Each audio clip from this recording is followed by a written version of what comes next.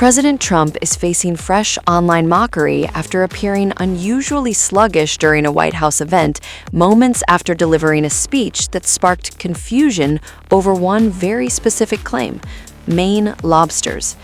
The 79-year-old president signed a new proclamation on Thursday aimed at reopening parts of protected Pacific Ocean waters to commercial fishing. She's a real beauty, that one.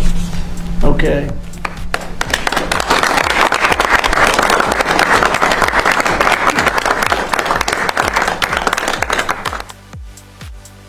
The move rolls back restrictions inside several marine protected areas that had been designated under previous administrations.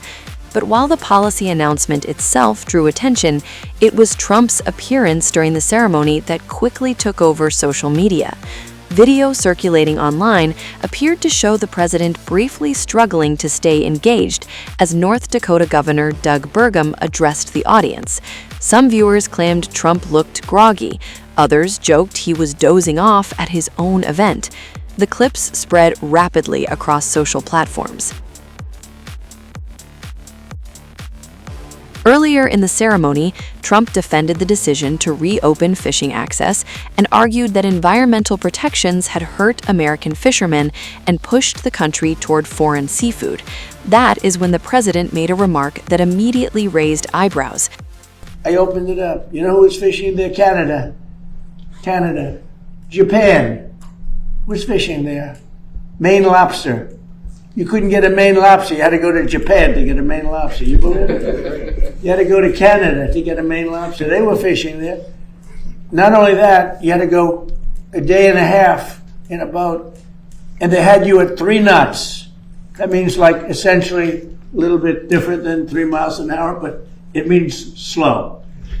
3 knots until you got outside of this 500-mile area because they didn't want you to disturb the fish that you weren't allowed to fish for. No, but think of it. These people are crazy. And the new thing they had was you had to have an electric boat, even though they didn't work, and even though once you got out there, you had a problem because you couldn't get back. It's amazing. They had I think it was 500 mile by 500 mile, massive amount of the Atlantic Ocean. You weren't allowed to fish, but Canada was. Japan was. They all came in and fished, but our people weren't allowed to fish there. That was put in by Barack Hussein Obama. Have you heard of him? Barack Hussein Obama and Sleepy Joe Biden. And it's a shame. I mean, a shame. But I did it a little while ago and opened it up to them. Twice I've done it now, Peter, right? Sir. Peter Navarro, the great Peter Navarro. And I did it twice. I did it, and then they had a rigged election, and I wasn't here. Totally rigged election, just like what was happening in California. You see what they got the kid out, and then they were doing the same thing to Steve Hilton. And I started bringing it. They said, "Look," they said, "it's going to take 2 more weeks." It was a week, and he was heading south. And I started saying it's a rigged election, and then they said it was going to take 2 weeks, 1 week, 2 weeks. And all of a sudden he was approved. You know why? Because the heat was on. He couldn't get away with it. If I didn't do it, I guarantee he wouldn't be the nominee. It's a rigged election. But critics quickly pushed back. Observers pointed out that Maine lobster remains widely available in the United States and questioned Trump's comments about Japan in particular. The remarks soon became a talking point online. Beyond the viral clips and lobster debate, Trump's order marks another major shift in federal ocean policy. The proclamation opens commercial fishing access in portions of 3 protected Pacific regions: the Mariana Trench Marine National Monument, Papahana-Mokia Eka Marine National Monument, and Rose Atoll Marine National Monument. Supporters argue the decision could boost domestic seafood production and reduce reliance on imports.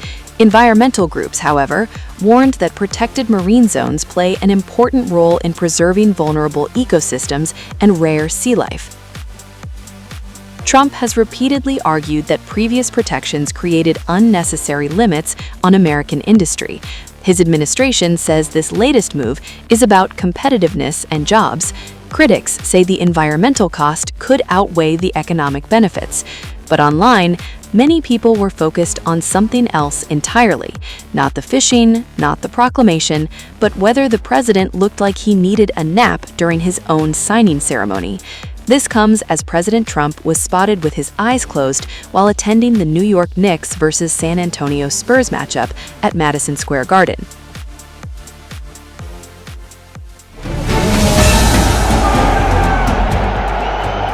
Just when the fallout from the boos at Madison Square Garden was dominating social media, a new moment involving President Donald Trump has taken over the internet.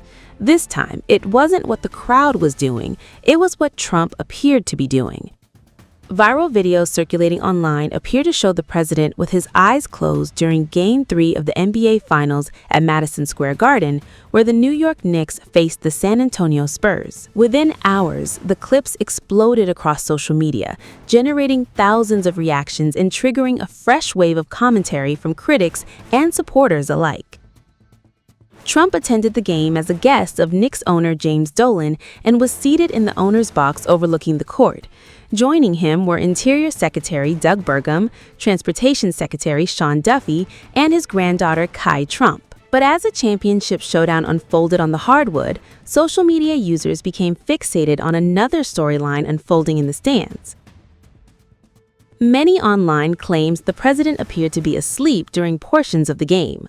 One widely shared post declared, "Donald Trump has fallen asleep at the NBA Finals in Madison Square Garden." Another user bluntly wrote, "Donald Trump slept through the game." Others used the viral clips to criticize the extensive security operations surrounding the president's visit. One social media post read, "His trip to Madison Square Garden for the NBA Finals was a massive inconvenience to NYC. It's worse than you think." Another mocked the situation by writing, "OMG, after all that, Trump is sleeping at the Knicks game. Couldn't he have saved everyone the trouble and watch it on television?" The criticism comes after Trump's attendance triggered heightened security measures throughout Midtown Manhattan. Police restrictions were put in place around the area surrounding Madison Square Garden, and Penn Station was temporarily blocked off until the president arrived at the arena. According to CNN, the arena appeared packed well before tip-off, with fans lining up for several hours ahead of the game's official start time. Despite the controversy surrounding his appearance, Trump remained a focal point throughout the night. When shown on the arena screens, videos captured him appearing to smirk, while reactions from the crowd echoed around the venue.